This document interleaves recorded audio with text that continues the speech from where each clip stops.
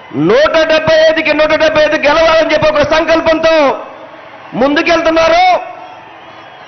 ఆ సంకల్పానికి మేము సిద్ధంగా ఉన్నామని చెప్పి చేసిన మీ అందరికీ కూడా నేను హృదయపూర్వకంగా నమస్కారాలు తెలియపరుచుకుంటున్నాను.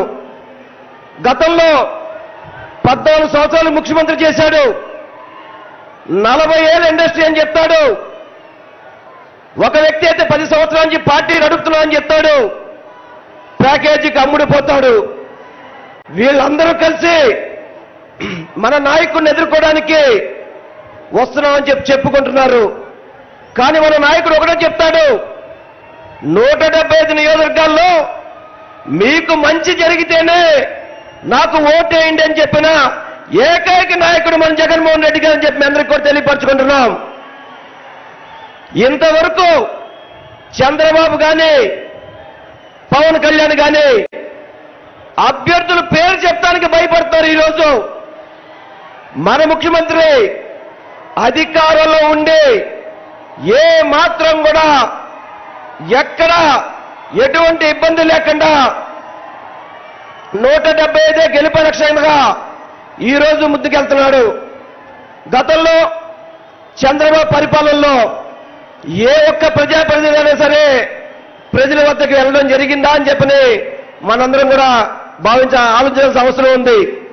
ఈరోజు 175 నియోజకవర్గాల్లో ఎమ్మెల్యేలు కావచ్చు, ఎంపీలు కావచ్చు, ప్రతి ఒక్కళ్ళు వెళ్ళి జగన్మోహన్ రెడ్డి గారు ఇచ్చిన పథకాలు వస్తున్నాయా లేదని చెప్పి అడిగితే ప్రజల నుంచి చక్కటి ఆశీర్వాదం వస్తుంది. అటువంటి ముఖ్యమంత్రి గారి నాయకత్వంలో మనందరూ కూడా పనిచేస్తున్నందుకు సంతోషంగా ఉందని తెలియపరచుకుంటూ, చాలా మంది మధ్యకాలంలో టీవీలో చూస్తున్నాం, క్యాండిడేట్స్ మారుస్తున్నారు అనేది. ఈరోజు రాష్ట్రంలో ఒకటే చెప్తున్నారు, ఎవరు ఎమ్మెల్యే క్యాండిడేట్ అయినా కానీ వెనకాల జగన్మోహన్ రెడ్డి గారు బొమ్మ చూసుకునే ముందుకెళ్తారు తప్ప చంద్రబాబు పవన్ కళ్యాణ్ లాగా నీచి రాజకీయాలు కుట్రలో చేసి జగన్మోహన్ రెడ్డి గారిని ఎదిరించే దమ్ము లేక ఆ పార్టీలు ఈ పార్టీలతో పొత్తు పట్టుకునేవాడు చంద్రబాబు నాయుడు.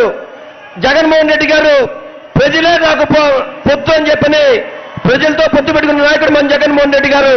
అటువంటి నాయకుడు సారథ్యంలో మనందరం కూడా ప్రయాణిస్తున్నందుకు సంతోషంగా తెలియపరచుకుంటూ, ఈ కార్యక్రమాన్ని ఇంత చక్కగా విజయవంతం చేసిన ప్రతి ఒక్కరికి కూడా నేను హృదయపూర్వకంగా నమస్కారాలు తెలియపరచుకొని సెలవు తీసుకుంటున్నా. జై జగన్, జై జగన్, జోహార్ వైఎస్ఆర్, జోహార్ వైఎస్ఆర్. దయచేసి రోడ్డుపై ఉన్నటువంటి బస్సు డ్రైవర్లందరినీ కూడా రిక్వెస్ట్ చేస్తా ఉన్నాం. కిలోమీటర్ల దూరం ట్రాఫిక్ జామ్ అయింది. దయచేసి బస్సులన్నీ కూడా మీకు కేటాయించినటువంటి పార్కింగ్ స్థలాలకి తీసుకెళ్లవలసిందిగా రిక్వెస్ట్ చేస్తా ఉన్నాం.